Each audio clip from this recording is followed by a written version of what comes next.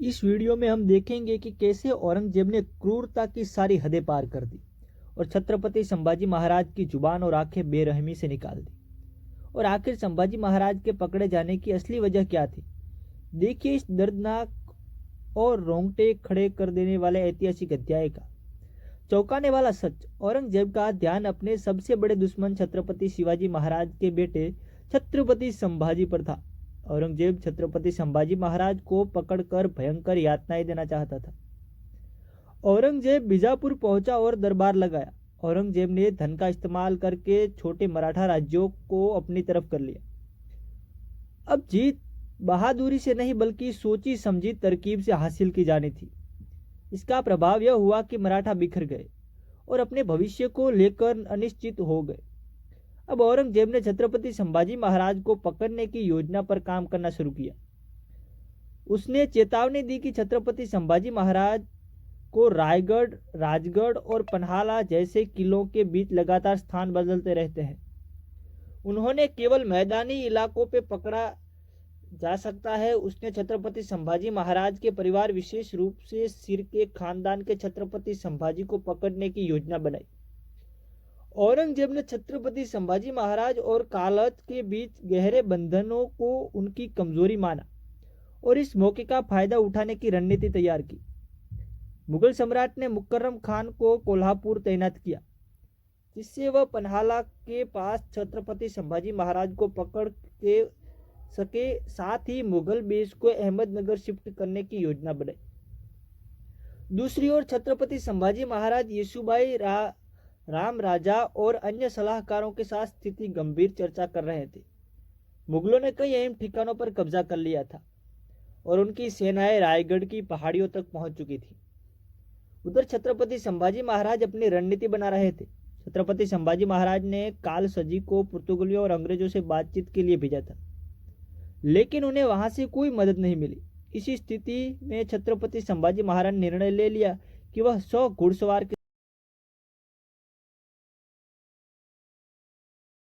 के साथ पन्हाला जाएंगे। उन्हें पता था कि बड़ी सेना ले जाने से मुगलों का ध्यान आकर्षित होगा, जिससे उनकी योजना विफल हो सकती थी। छत्रपति संभाजी महाराज पन्हाला के लिए रवाना हुए, यह जाने बिना कि मुकर्रम खान कोल्हापुर पहुंच चुका है।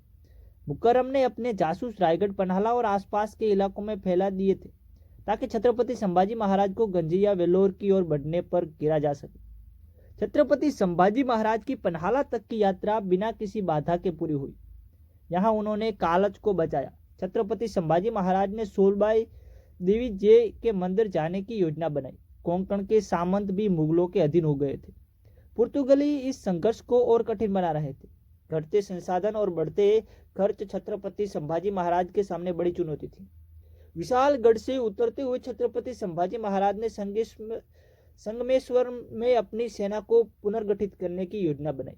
घने जंगलों और घड़ी चट्टानों से होते हुए छत्रपति संभाजी महाराज कोंकण पहुंचे, जहां उनकी घुड़सवार सेना घाटी के नीचे इंतजार कर रही थी। दूसरी तरफ मुकर्रम खान ने कोल्हापुर के पास हजारों घुड़सवार के साथ डेरा डाला हुआ था। मुकर्रम खान ने अपना जासूस को तुरंत रिपोर्ट देने का आदेश दिया। उसने 2000 तेज तुर्रार घुड़सवार का चयन किया, जो पहाड़ी युद्ध में माहिर थे। कोल्हापुर और पन्हाला के पास मराठा जासूस लगातार मुगलों शिविरों पर नजर बनाए हुए थे। इन इलाकों में हलचल सामान्य थी, लेकिन मुकर्रम खान सतर्क था। वह जानता था कि कोंकण और बेलगाम के पहाड़ी क्षेत्रों में भारी घुड़सवार सेना या हाथियों का उपयोग असफल साबित होगा। छत्रपति संभाजी महाराज देवरू पहुंच गए। इस दौरान मुकर्रम खान को सूचना मिली कि वो पन्हाला से देवरू की ओर एक छोटी मराठा टुकड़ी जाती हुई दिखी। उसने अपने जासूसों के जांच का आदेश दिया। इसी बीच मुकर्रम खान अपने 2000 घुड़सवार के साथ संगमेश्वर के जंगलों में छत्रपति संभाजी महाराज को फंसाने के लिए आगे बढ़ रहा था। देवी के दर्शन के बाद छत्रपति संभाजी महाराज संगमेश्वर के लिए वापस रवाना हुए। मराठा शिविर के पास पहुंचने पर गार्ड ने उन्हें बताया कि पन्हाला की दिशा से मुगल आते दिखे। सरनौबत घोड़पड़े ने खतरे को भांपते हुए छत्रपति संभाजी महाराज से अनुरोध किया कि वह 200 सैनिक के साथ संकरी पहाड़ी पगडंडी से निकल जाए। लेकिन तभी छत्रपति संभाजी महाराज को पता चला कि कालच पास की पहाड़ी अब भी अनुष्ठान कर रहे थे। चेतावनी हो के बावजूद छत्रपति संभाजी महाराज उन्हें लाने के लिए वापस लौटे। कालच देखते ही कि वह मुगल घुड़सवार से घिर चुका है और वे तलवार लेकर शहर की ओर भागते हैं, छत्रपति संभाजी महाराज को ढूंढने के प्रयास में एक तीर उनके कंधे में आ लगा और वे जमीन पर गिर पड़े। इस बीच मुकर खान की सेना ने मराठा शिविर पर हमला कर दिया। मुगलों ने सैनिकों का निर्दयतापूर्वक कत्लेआम किया। सरबत घोरपड़े ने इस लड़ाई में वीरगति को प्राप्त हुए। जब छत्रपति संभाजी महाराज संगमेश्वर लौटे, उन्होंने पाया कि पूरा कस्बा दुश्मन की सेना से घिरा हुआ था। हालात की गंभीरता को भांपते हुए उन्होंने सरदेसाई के घर में शरण ली और अंतिम लड़ाई की तैयारी शुरू की। छत्रपति संभाजी महाराज कालच की चीख सुनकर सरदेसाई के घर में बाहर निकले, लेकिन तुरंत ही मुगल सैनिकों से घिर गए। मुकर खान के सैनिक हर घर की तलाशी ले रहे थे, लोगों को बाहर खींचकर जंजीरों से झगड़ते जा रहे थे। जब मुकर्रम की नजर छत्रपति संभाजी महाराज पर पड़ी तो उसने औरंगजेब द्वारा भेजे गए चित्र से उनकी पहचान की। घायल और जंजीरों में जकड़े हुए कालच को भी मुकर के सामने लाया गया। मुकर के उन्हें छत्रपति संभाजी महाराज के करीब साथी के रूप में पहचाना लिया।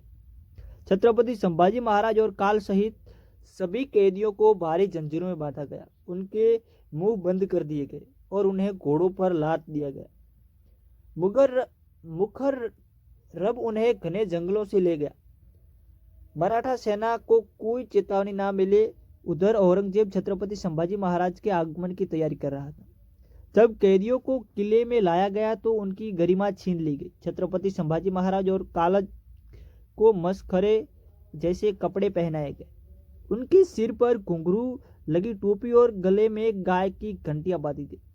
छत्रपति संभाजी महाराज के हाथों को लकड़ी के तख्ते से बांधा गया था।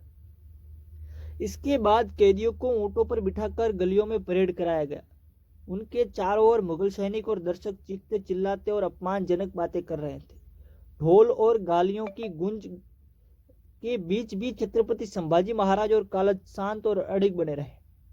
उनकी आंखों में ना तो शर्म थी और ना हार का भाव। यह क्रूर परेड बहादुरगढ़ किले की दीवाने आम में समाप्त हुई।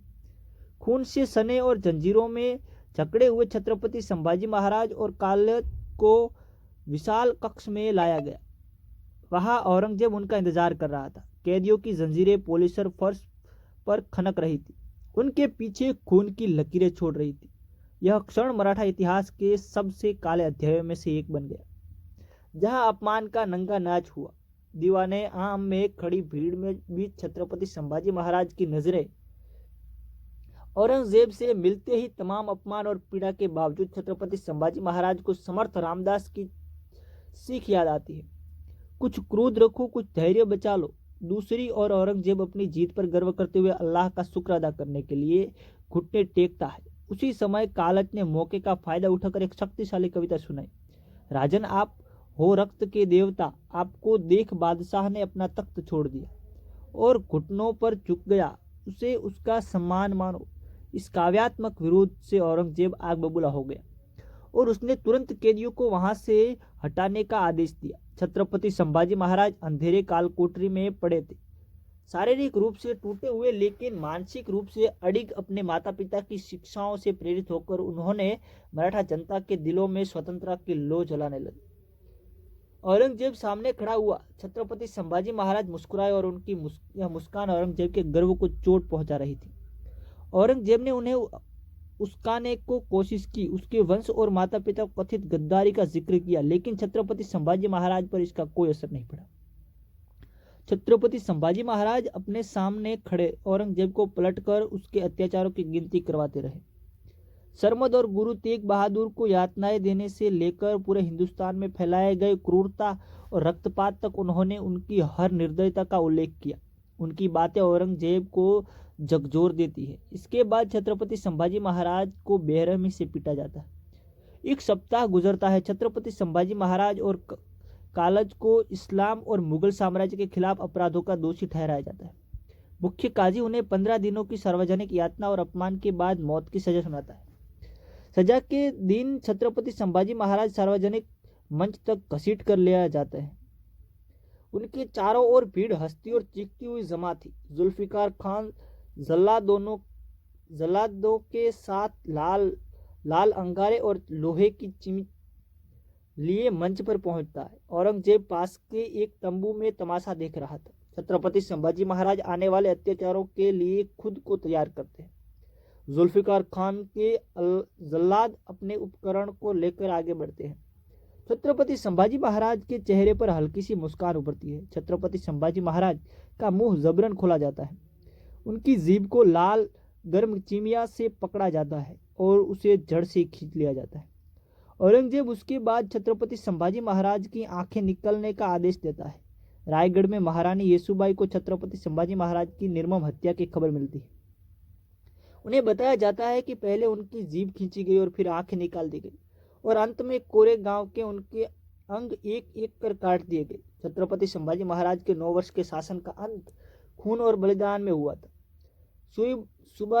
येसुबाई अपने दुख को राष्ट्र के लिए हथियार में बदलने की शपथ लेती है। पूरे दक्कन में एक मौन क्रांति उभरने लगती है। किसान, कारीगर, आदिवासी और यहाँ तक कि जो मुगलों से दगा कर चुके थे, सभी छत्रपति संभाजी महाराज के अपमान का बदला लेने के आग जल उठी। छत्रपति संभाजी महाराज की निडर मृत्यु ने ऐसी आग भड़का दी जो कोई मुगल सेना बुझा नहीं सकती थी। इस वीडियो को देखने के लिए धन्यवाद। मिलते हैं शनिवार को। प्लीज़ लाइक करें, शेयर करें और सब्सक्राइब करें।